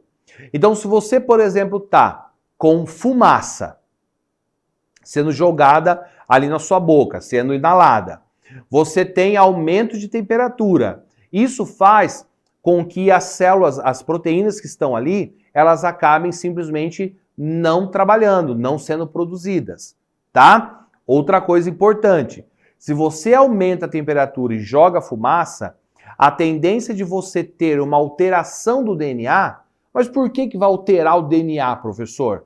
Porque as proteínas, que são aquelas que vão consertar o seu DNA quando uma célula se divide, essas proteínas não vão estar funcionais pela alta temperatura, pela nicotina, pelas substâncias tóxicas e pela fumaça. Então, será que só isso já convence você a de não utilizar esse treco? Vamos continuar aqui a leitura, ó. Também conhecido como câncer oral ou carcinoma de células escamosas, o câncer de boca afeta as seguintes cavidades orais e áreas adjacentes, como os lábios, língua, gengivas, bochechas e céu da boca. Feridas que não cicatrizam, porque é úmido, né? Incômodo a engolir e sangramento são os sintomas mais comuns da doença. A estimativa é que o Brasil registre 15 mil novos casos em 2023, segundo o Instituto Nacional do Câncer. Com relação já estabelecida pelos médicos, o tabagismo e consumo excessivo de álcool aumentam em 20 vezes a propensão à doença. Então, olha só. Tem muitos alunos que chegam para mim e falam assim, professor, mas o que eu recebi não tem nicotina. Primeiro, não tem como você saber que não tem nicotina. E a pessoa que vende, ela quer que esteja nicotina, porque a nicotina vai fazer você se viciar e você comprar 1, 2, 3, 20 essências, tá? Sem falar o seguinte, quando a gente diz, e a vigilância também diz para você não utilizar, é por quê? Porque eles estão pensando no seu bem-estar. Como não é algo aprovado pela vigilância, a pessoa que vende, ela pode colocar qualquer tipo de líquido, qualquer tipo de substância. Não é um ingrediente aprovado pela vigilância que você vai ter lá os ingredientes do que foi colocado lá, entendeu? Então é algo assim que se torna realmente perigoso. E muitas vezes é só para se tornar descolado, mas tem muita coisa que dá pra gente fazer e se tornar mais descolado, né? Quem sabe tira nota, né? Vamos lá, ó. Para responder então, ó.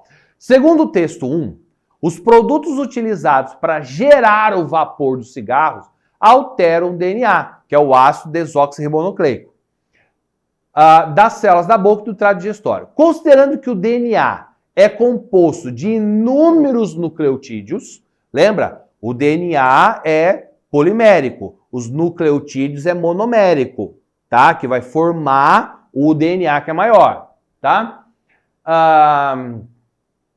É composto por 3 partes básicas, sendo uma delas uma base nitrogenada, uma desoxirribose, que é um açúcar monossacarídeo, a gente acabou de ver, e um grupamento fosfato, tá? Indique a base nitrogenada que não pode ser encontrada no DNA. Essa daqui é uma questão muito fácil. Você tem um texto gigantão para tentar dar uma dura na galera. Você tem aqui um comando, um texto, mais um comando, mas ela é simplesmente uma questão muito fácil, tá? Olha só para você poder lembrar. Aqui você tem os ácidos nucleicos. Então, isso daqui juntinho vai formar o DNA. E o ácido nucleico, então, a gente tem um grupo fosfato, você está vendo em azul, uma pentose, tá? Que é, no caso, são 5 carbonos ali, tá? E elas têm aqui uma base nitrogenada, tá bom? Aí, olha só, no caso, para você entender, professor, vem cá, onde é que tá aqueles negócios? Dá uma olhada aqui, ó. Eu simbolizei em formas geométricas, tá? A bolinha seria o fosfato, a pentose aqui o açúcar, tá? E a base nitrogenada. Então, olha só, tá vendo aqui, ó, a bolinha é o fosfato, aqui a pentose e aqui em roxinho a base nitrogenada. Não conseguiu ver? Olha só aqui, ó. Separei aqui, ó. Tá vendo? A base nitrogenada, pentose e aqui em cima o grupo fosfato. Aí quando eles se juntam todos, ó, você tem um DNA lindo e belo. Aqui, claro, tá douradinho, né? O DNA não tem cor, né? Então você tem todo ele formadinho aqui. Então o nucleotídeo vai formar o quê? O DNA. Aí, ó, as bases nitrogenadas, elas vão mudar. No caso do DNA, ele vai ter o grupo fosfato, vai ter um monossacarídeo, que é a desoxirribose, e vão ter essas 4 bases aqui, ó. Adenina, guanina, citosina e timina. AGCT. E aí é o seguinte, adenina e guanina são chamadas de bases púricas, tá? Pelo formato que elas têm quimicamente. Então, sempre vai ser uma púrica com uma pirimidina.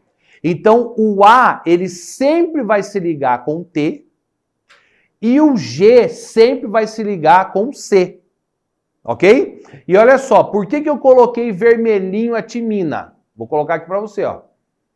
Deixa eu colocar aqui, já coloquei aqui a união, ó. Porque o RNA, ele tem fosfato, ele tem um açúcar chamado de ribose, tá? E depois ele tem aqui, ó, base nitrogenada, adenina, guanina, citosina e uracila. Então, o DNA tem timina e o RNA tem uracila. Olha só.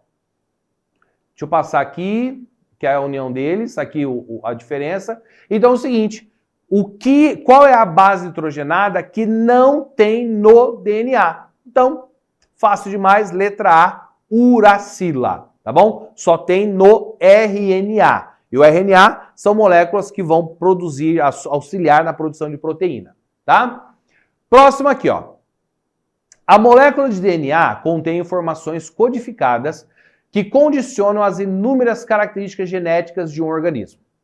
Para que essas informações sejam devidamente expressas, é necessário que ocorra inicialmente a partir da molécula de DNA. A partir da molécula de DNA, o que vai acontecer? A produção de aminoácidos, a síntese de polipeptídeos, a duplicação de cromossomos, a transcrição do RNA mensageiro, a tradução em enzimas estruturais. Professor do céu, todas essas alternativas estão difíceis. Parece que todas elas podem estar certas. Então vamos tirar essa dúvida. Olha só aqui, ó. Nós temos 3 tipos de RNA: mensageiro, transportador e ribossômico. Esses 3 juntos vão auxiliar na produção de proteína. Por isso está ali, ó, síntese de proteína, é a produção, é o fazer a proteína. Os 3 têm que estar juntos para produzir. Olha só. A transcrição é o momento que... Aqui você está vendo uma fita de DNA. Você já aprendeu que o DNA é aquele que tem todas as informações genéticas nossas. Desde a cor da pele até a codificação para formar uma proteína que vai ser utilizado lá no intestino delgado. Então, ela simplesmente se abre, vem aqui, ó, novos nucleotídeos de RNA, tá vendo que tem U de RNA, e eles vão simplesmente transcrever exatamente a parte do DNA da proteína que ele quer produzir, tá? Que ele quer produzir, ok? Então, mas vai ter uma fita já de RNA pronta? Não, ela vai ter os nucleotídeos espalhados na célula. O que vai acontecer? Eles vão vir um a um, se ligar ali A com T, C com G. No caso aqui, como tem RNA, tem U, é A com U e C com G. Depois que ele codificar aqui, transcrever tudo, ele simplesmente vai formar essa molécula de RNA chamada de mensageiro. Tudo isso aqui, gente, vai acontecer no núcleo da célula. Mas, para a proteína ser formada, essa molécula precisa levar a codificação, precisa levar uma mensagem até o citoplasma. Então, esse daqui é a transcrição, a produção do RNA mensageiro. É ele que vai ser levado lá para o citoplasma e encontrar com o RNA ribossômico, que é esse grandão aqui, ó, parece um hambúrguer, tá? Aqui você tem o RNA mensageiro e aqui você tem o RNA transportador. Quando esses 3 RNAs se juntam, olha só, cada RNA transportador vai se ligar com 3 bases, ó, cada um dessas é uma base nitrogenada. E assim que ligar, ele faz o processo de tradução. E aí aqui eu coloquei para você, ó, exemplificando, cada bolinha dessa é um aminoácido. Lembra que a gente viu agora há pouco? Então, a união desses aminoácidos vão formar a proteína. Então, os 3, RNA mensageiro, transportador e ribossômico, os 3 se juntam para quê? Para ter a formação de uma proteína. Professor, qual proteína que é essa? Pode ser das dezenas de milhares de proteínas que o seu corpo necessita. Pode ser a proteína de colágeno para poder ser liberada quando você toma um sol. Pode ser uma proteína que seja um hormônio. Pode ser uma proteína que vai formar o crescimento da unha. Pode ser qualquer proteína do seu organismo, tá? Sendo assim, a resposta correta, letra D. Então, aqui, ó, a partir da molécula de DNA, quem é que sai a partir da molécula de DNA? É a transcrição do RNA mensageiro. Entenda a transcrição como um momento em que você transcreve para alguém alguma coisa. Vamos supor que você está ouvindo uma palestra e está escrevendo no papel. Então você está transcrevendo a palestra para o papel. A transcrição, ela ocorre com o RNA mensageiro para com que ele leve a mensagem para o citoplasma e tenha a produção de proteína, tá? Bom, espero que Hoje, com essa quantidade enorme de informações, que é da bioquímica celular, tá? Ou química orgânica, que você consiga ter acertado tudo e ter tirado todas as suas dúvidas ali em cada questão. Beleza? Um abraço e até a próxima Chave do Enem. Valeu!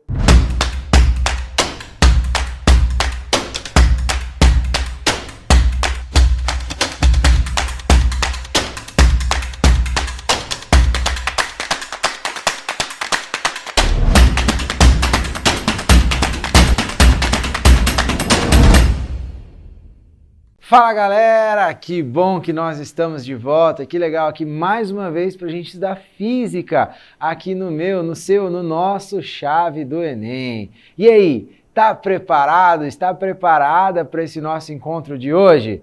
Já pegou aí o seu quitute, o seu pipoca, o seu suquinho ou o seu chá para estar aqui junto com a gente?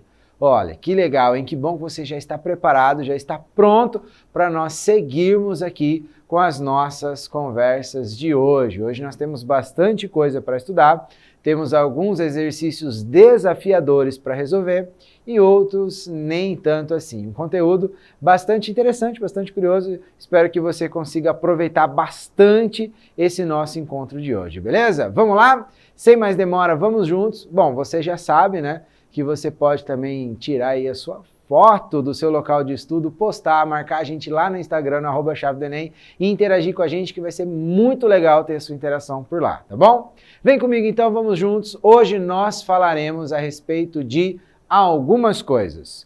Hoje nós falaremos a respeito de queda livre, que são aquela classe de movimentos onde um objeto, um corpo, é abandonado e ele cai livremente, exclusivamente pela aceleração da gravidade, né?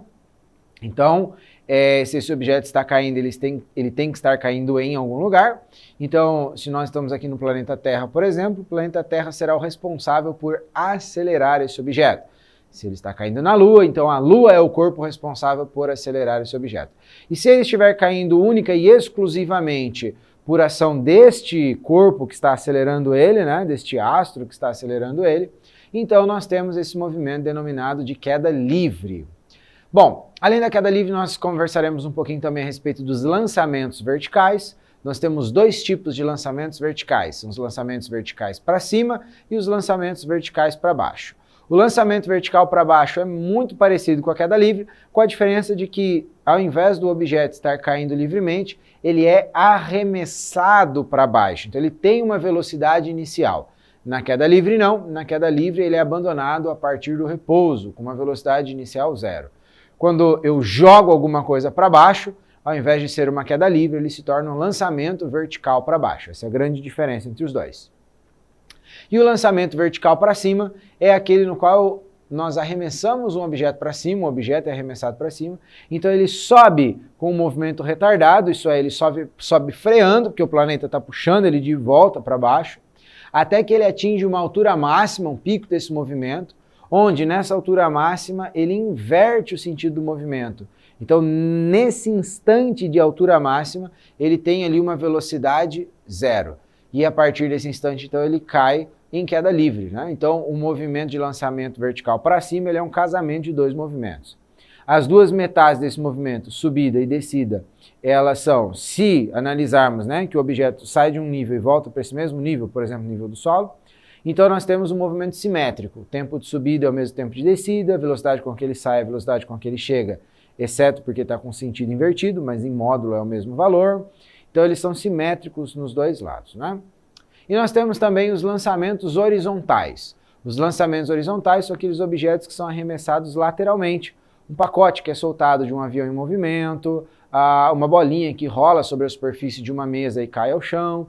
Então eles têm um movimento uniforme horizontal, ou seja, um movimento que está acontecendo com velocidade constante, e por alguma razão esses objetos passam a atuar também em queda livre. Então ele tem um movimento em duas dimensões, né? Uma queda livre na vertical e um movimento uniforme na horizontal. São os lançamentos horizontais.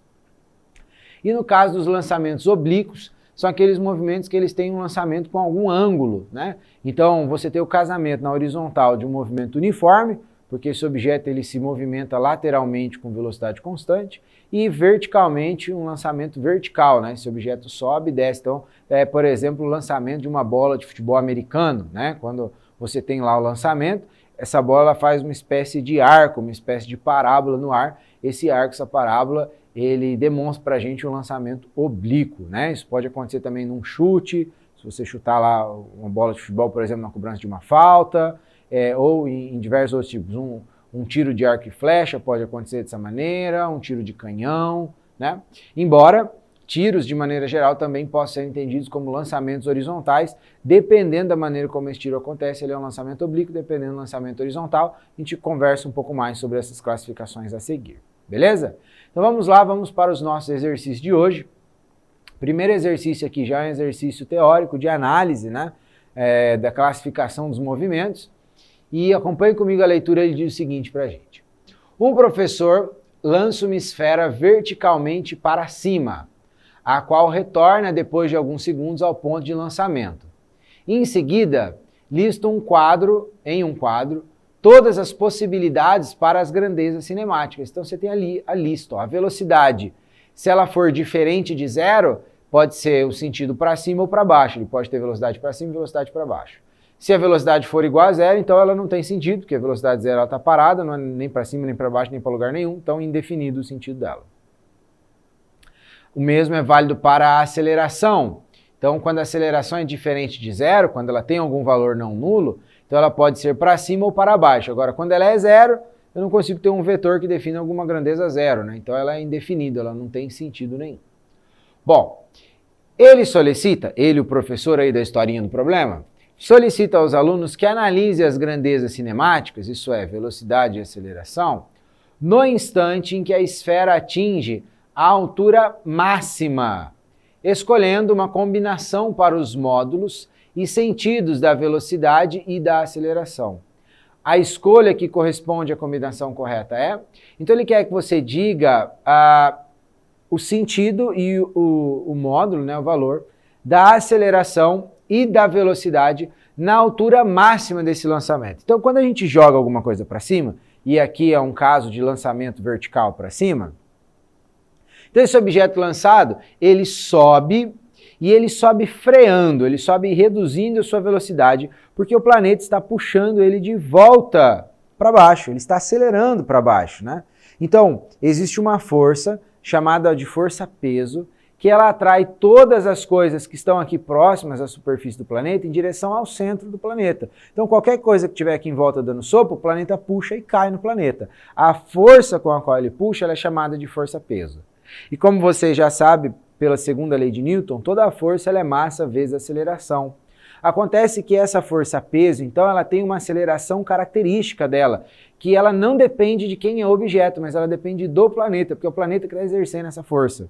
Então, essa aceleração ela é comum para todos os objetos que estão caindo no planeta. Não importa se seja um objeto com muita massa ou com pouca massa. Todos esses objetos são acelerados com a mesma aceleração quando eles estão em queda. E ela vale aí aproximadamente 10 metros por segundo ao quadrado. Isso é arredondado, né? O arredondamento um pouco mais preciso seria 9,81, mas esse valor ele não é exato, ele varia de acordo com qual lugar do planeta você está, porque ele depende da altura na qual você está. Mas em média vamos aí o valor 10. Então, essa aceleração ela é fixa para todo objeto que está caindo. Então, qualquer coisa que esteja em queda, ela tem uma aceleração em direção ao centro do planeta que vale 10 metros por segundo ao quadrado. Tudo, ok?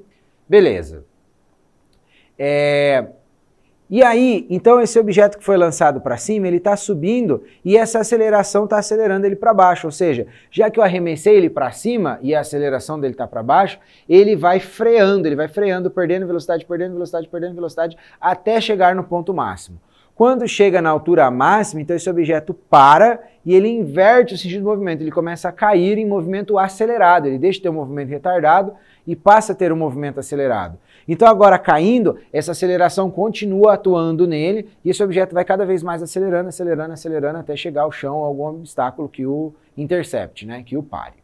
Bom, então quando a gente analisa esse ponto mais alto da trajetória, é muito fácil de se confundir e falar, bom, se o objeto parou, então velocidade é zero, aceleração é zero. E não é isso que acontece. Porque o objeto para inverter o sentido do movimento. Então, de fato, velocidade dele ali é zero.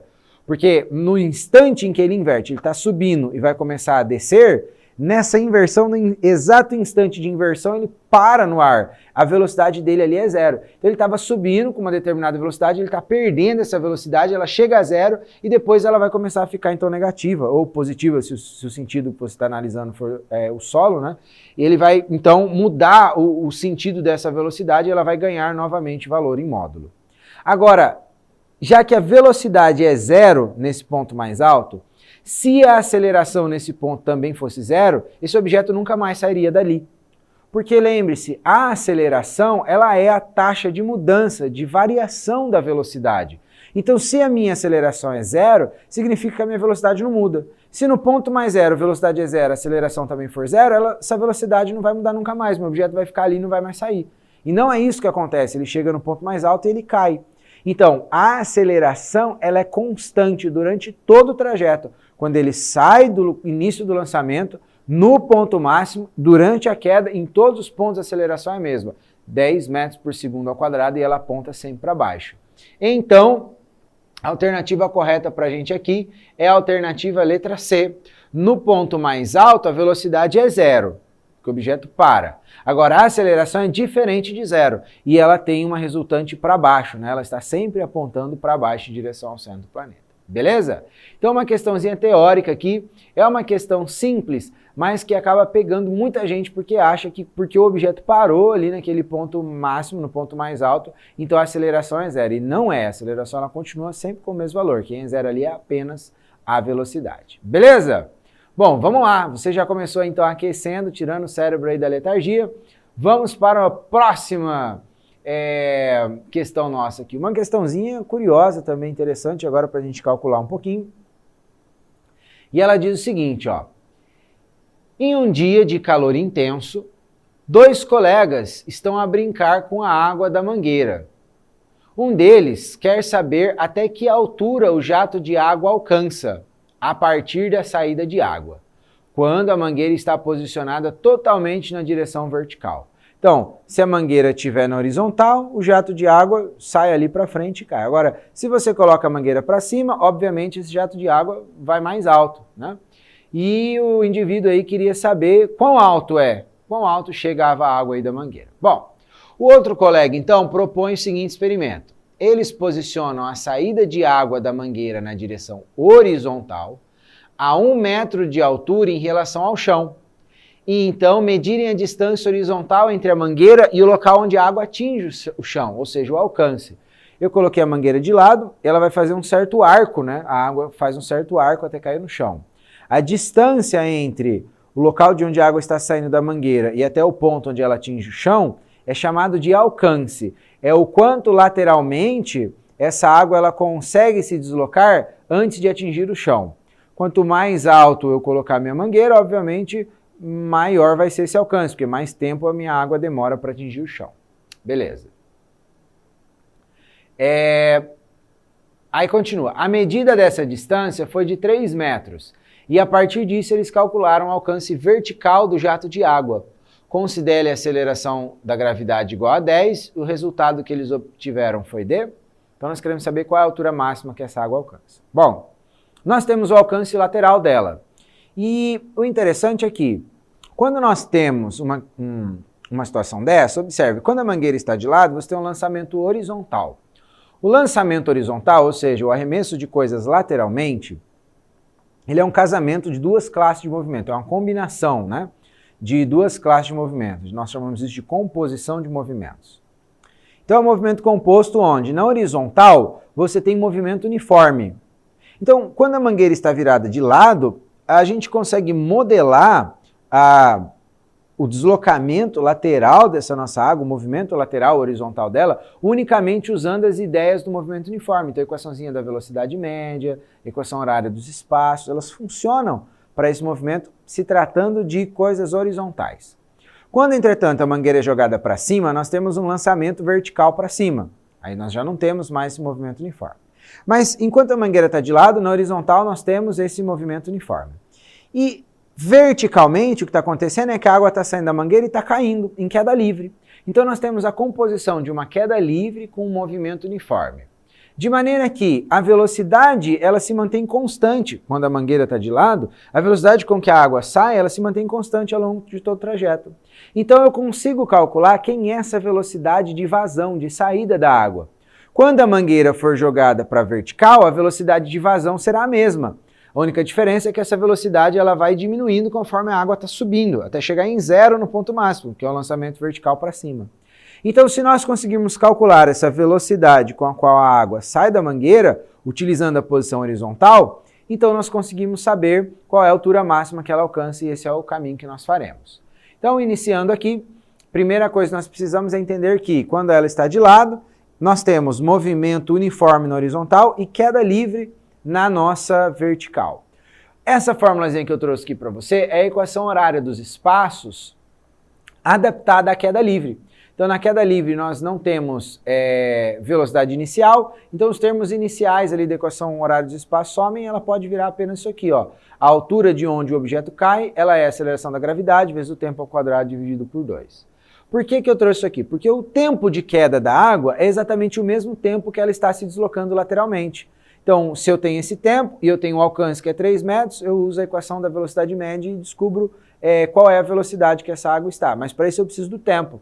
Então eu vou substituir aqui as informações. Ó. A altura, a mangueira está a 1 metro do chão, então altura 1. Seleção da gravidade é 10, o restante é da fórmula, então o 2 passa multiplicando ali para o lado esquerdo. E aí nós ficamos com 2 vezes 1 é igual a 2. Isso é igual a 10t, o 10 passa dividindo, então 0,2 é igual a t quadrado. Nós achamos um valor aqui para t quadrado. Posso até passar esse quadrado para o lado de lá na forma de raiz e descubro que o tempo em que essa água demora para atingir o chão é de raiz de 0,2 segundos, tá bom? Não vou resolver a raiz, vou deixar ela assim por enquanto. E eu vou vir aqui então para a nossa formulazinha da velocidade média. Velocidade média é distância dividido por tempo. A água ela se desloca lateralmente 3 metros, né, a distância que ela atinge ali. Então, distância dividido pelo tempo, o tempo a gente acabou de achar é raiz de 0,2. Encontramos a velocidade. Ah, professor, tem que racionalizar isso aí, a gente não pode ter uma raiz no denominador e tal. Beleza, se você quiser melhorar isso aí, pode melhorar. Eu vou deixar ela assim por enquanto, porque agora o que eu vou fazer eu vou pensar no lançamento vertical dela. E no lançamento vertical, eu não sei quanto tempo demora para essa água chegar ao teu ponto máximo, eu não sei quanto tempo demora para ela cair. Então a única equação que vai conseguir descrever para a gente essa situação sem usar esse tempo é a equação de Torricelli. E na equação de Torricelli as velocidades aparecem ao quadrado. Então eu não vou me importar com aquela raiz ali, porque quando eu elevar uma raiz quadrada ao quadrado, essa raiz vai sumir, né? Então eu vou deixar ela assim, não vou nem ficar racionalizando, porque ela já vai sumir logo no próximo passo aqui da nossa operação. Então eu vou utilizar aqui a equação de Torricelli, porque eu não tenho tempo desse lançamento vertical. Mas eu sei que no ponto máximo, no ponto mais alto desse lançamento vertical, a velocidade é 0. Então já posso substituir ali, ó, a velocidade final dele. Estou pensando no ponto mais alto, né, que a água chega, porque é essa altura que eu quero saber. Ela é 0, então 0 ao quadrado é igual à velocidade inicial. É a mesma da vazão lateral, então 3 sobre raiz de 0,2 elevado ao quadrado, menos 2, que é da fórmula, vezes 10, que é a aceleração da gravidade, vezes a altura que eu quero saber. Então, operando isso aqui agora, 0 ao quadrado dá 0, 3 ao quadrado 9, raiz de 0,2 ao quadrado, essa raiz vai sumir, né? São operações contrárias, a raiz e o quadrado, então vai ficar só 0,2, menos 2 vezes 10 vezes h. Bom, eu vou pegar esse 9 sobre 0,2 e mandar para o lado esquerdo ali da equação, então já que ele está positivo, ele vai para lá negativo, fica 9 menos 9 sobre 0,2 igual a menos 2 vezes 10 vezes h. E já pode multiplicar, né, aquele 2 vezes 10 ali, menos 2 vezes 10, que vai dar menos 20. Então ficamos com menos 9 sobre 0,2 é igual a menos 20h. E esse menos 20 ele passa dividindo, né, do outro lado ali. E passar dividindo é a mesma coisa que multiplicar lá no nosso denominador. Então nós ficamos com 9 sobre 0,2 vezes 20. Professor, e esse sinal de menos? O que aconteceu com o sinal de menos? Observe que os dois lados, os dois termos da nossa equação, eles eram negativos. Então a gente multiplica a equação inteira por menos 1 e a gente fica com tudo positivo, né? Não precisa ficar se preocupando mais com esse sinal negativo que está aí. Então agora 0,2 vezes 20, isso aí dá 4. E 9 dividido por 4, nós chegamos à altura máxima que essa água aí pode nos oferecer, que é a altura de 2,25 metros, né? Olha só, uma questão matematicamente até que simples, né? Não é tão complicado, talvez moderado aí, tem algumas operaçõezinhas que podem confundir um pouco. Mas eu acredito que a maior dificuldade, talvez, nesse exercício seja você conseguir interpretar esse casamento de movimentos que está acontecendo aqui, né? Ele fez uma comparação muito interessante entre o lançamento horizontal e o lançamento vertical. E aí você precisa conhecer as características do lançamento horizontal e do lançamento vertical para conseguir combinar, casar elas e chegar aqui na resposta, na resolução desse exercício, beleza? Então a resposta nossa ali, letra B, você sabe, se você tiver aí alguma dificuldade, você pode voltar aqui, assistir de novo a explicação, tentar novamente, e eu tenho certeza que você tem plenas capacidades para compreender isso aqui e muito mais, e eu sei que muita gente também acertou essa questão aqui, mesmo antes da nossa correção. Então se você já fez, já acertou, conseguiu chegar ao resultado, parabéns, é isso aí, nós seguimos, nós vamos lá. Vamos para a próxima? Vamos mais uma? Essa próxima questão nossa aqui, ela é uma questão bastante interessante, curiosa, um desafio na parte de resolução matemática dela aqui, a parte, porque exige, né, um certo domínio matemático um pouco mais apurado na resolução dela aqui. Mas é uma questão muito interessante, essa aqui é uma questão de lançamento oblíquo. Vamos ler? Vamos juntos? Vamos ver o que ela diz pra gente. Olha só. Um projétil é lançado por um canhão e atinge o solo a uma distância de 150 metros do ponto de partida. Ele percorre uma trajetória parabólica e a altura máxima que atinge em relação ao solo é de 25 metros. Então, o ponto mais alto que esse projétil atingiu foi de 25 metros. E aqui a gente já tem algumas indicações de algumas coisas. Quando ele diz, por exemplo, ele percorre uma trajetória parabólica, ele já está te dando uma instrução. Porque se essa trajetória é parabólica, você já pode pensar que tipo de função que modela isso. Qual função que gera uma parábola para a gente? Bom, uma trajetória parabólica, ela é gerada por uma equação, por uma função de segundo grau. Então não é à toa que todas as respostas nossas ali têm equações de segundo grau. Aí ele te entrega a imagenzinha ali para você visualizar o que está acontecendo e diz o seguinte: admita um sistema de coordenadas x, y, isso é um plano cartesiano, em que no eixo vertical y está representada a altura e no eixo horizontal x está representada a distância, ambas em metros. Considere que o canhão está no ponto 150, 0. Então, lá no ponto x, 150, y, 0. Ele está em cima do eixo x na posição 150. E que o projétil atinge o solo no ponto 0, 0. Então, o canhão arremessa o projétil lá em cima do eixo x no ponto 150, 0. Esse projétil viaja e ele atinge a origem lá no ponto 0, 0 de novo, em cima do eixo x e em cima do eixo y. A equação da parábola que representa a trajetória descrita pelo projétil então ele te entrega esse sistema maluco aqui e ele pede para você encontrar qual é a equação que modela esse movimento. Se eu quisesse saber ponto a ponto onde está esse projétil, que equação me entregaria isso? Tá? Essa é a ideia. Bom, você tem duas possibilidades aqui, né, que você pode traçar. Você pode pensar em modelar isso aqui a partir de uma equação horária dos espaços. Mas talvez vai ser muito mais complicado do que você pensar numa equação de segundo grau genérica, né? A equação horária dos espaços, ela é uma equação de segundo grau. Então, se você manipulá-la corretamente, você vai conseguir chegar no mesmo resultado aqui. Mas talvez seja mais simples a gente pensar numa equação genérica. Toda equação de segundo grau, toda função de segundo grau, ela tem essa cara aqui, ó. Y é igual ax² mais bx mais c, onde y ali representa para a gente a altura do nosso projétil, as coordenadas de altura, e x representa para a gente as coordenadas longitudinais, horizontais ali, não é? Toda equação de segundo grau tem essa cara aqui.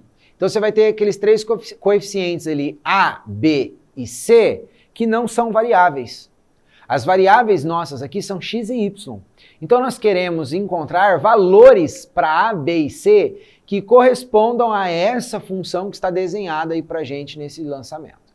Bom, e aí a gente precisa conhecer um pouquinho das características matemáticas dessas funções de segundo grau, dessas equações de segundo grau. Primeira característica que você precisa conhecer é aquele termo independente que aparece ali, ó, aquele c. Aquele c ele tem uma característica, o c ele é o ponto onde a nossa parábola corta o eixo Y. Então, a coordenada Y, de onde a parábola corta o eixo, ele é aquele valorzinho C que está ali. Então, para essa nossa parábola aí, para esse nosso caso, o projétil ele corta a coordenada Y no ponto 0. Porque ele diz que o projétil atinge o ponto 0, 0. Então, esse é o ponto onde ele vai passar pelo eixo Y. Então, aqui de cara, nós já podemos saber que o C vale 0. C ali é 0, ele vale 0. Então, a nossa equação já fica de cara assim, ó, y é igual a ax² mais bx mais 0.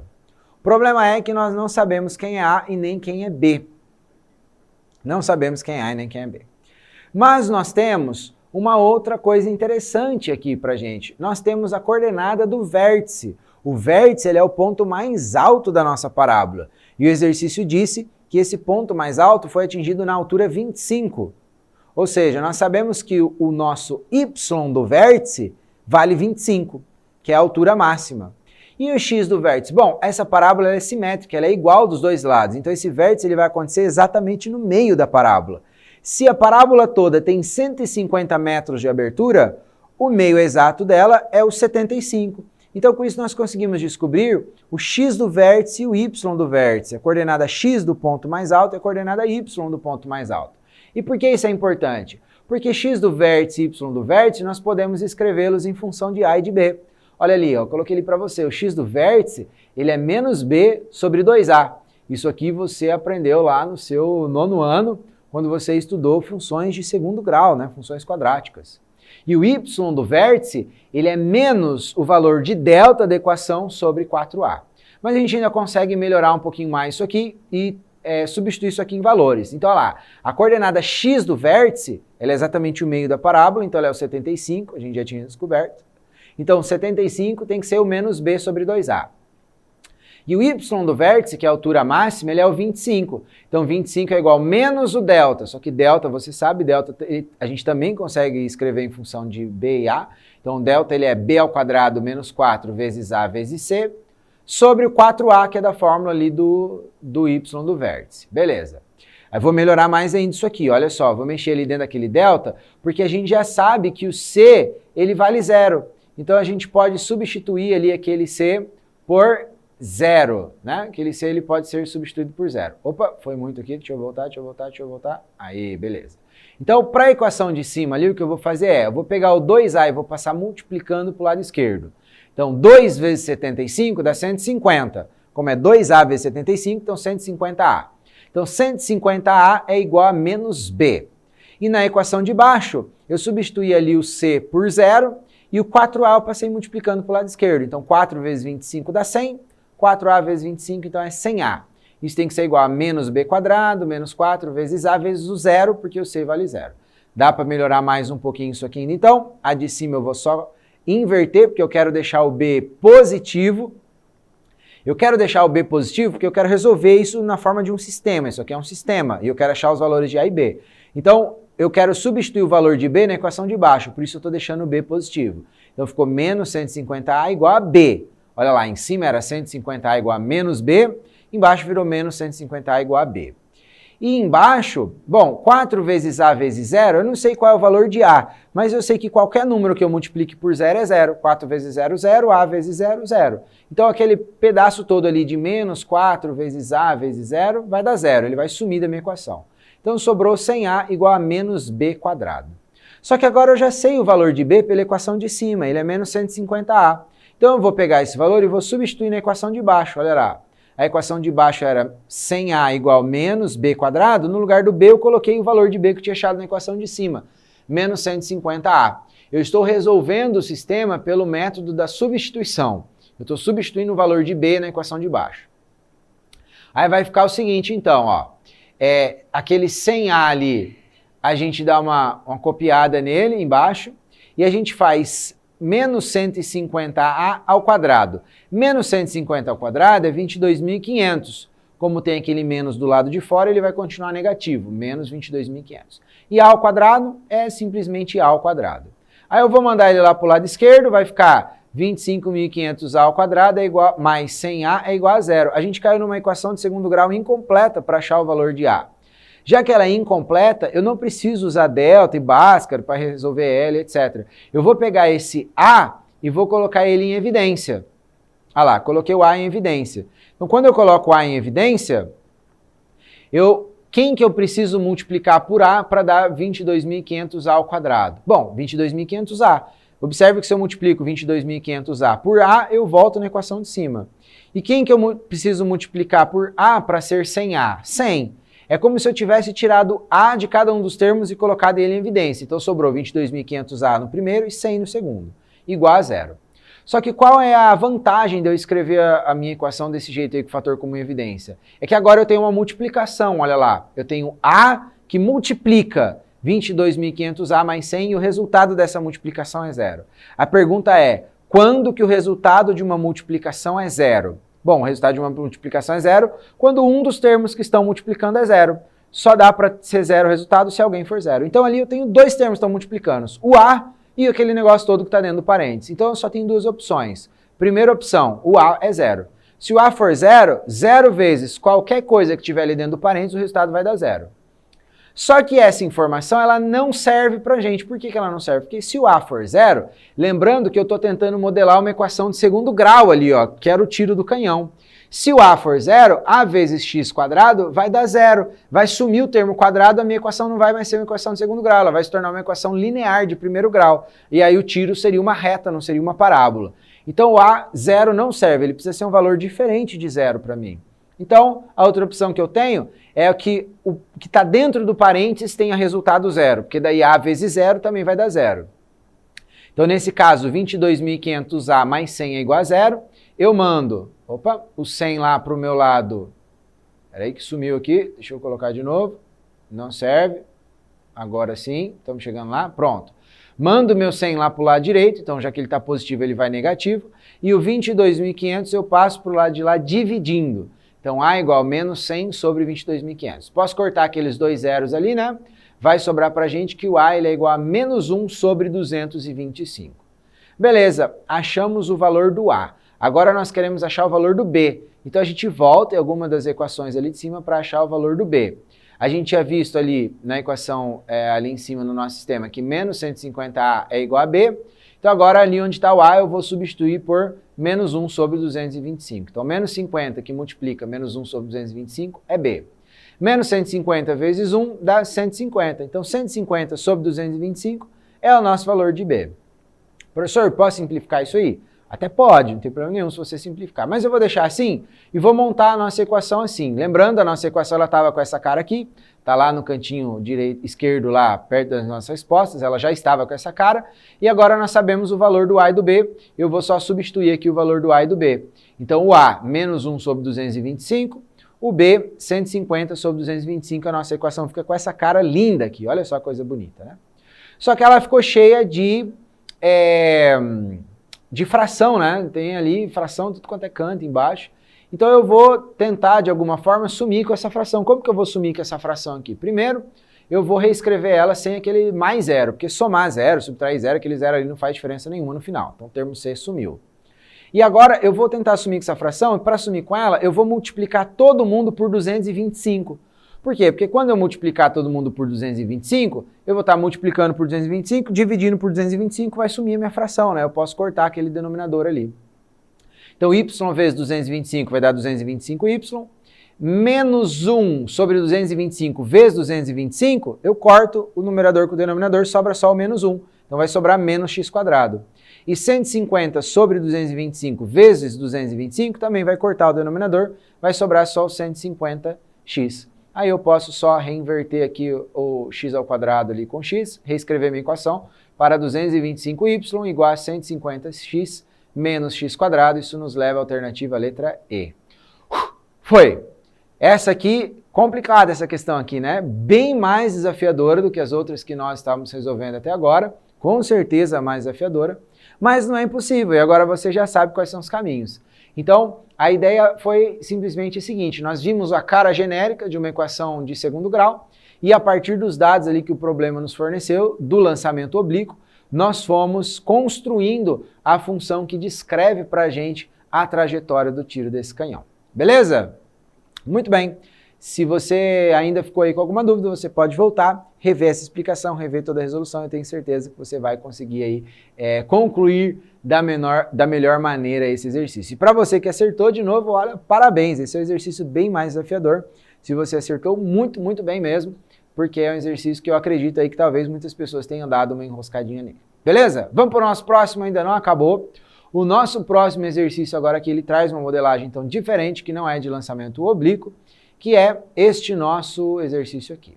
Uma bola é lançada para cima de uma altura de 80 metros do solo, com uma velocidade de 13 metros por segundo. Então, de novo, temos um lançamento vertical para cima. Quanto tempo em segundos a bola leva para atingir a altura máxima? Observe.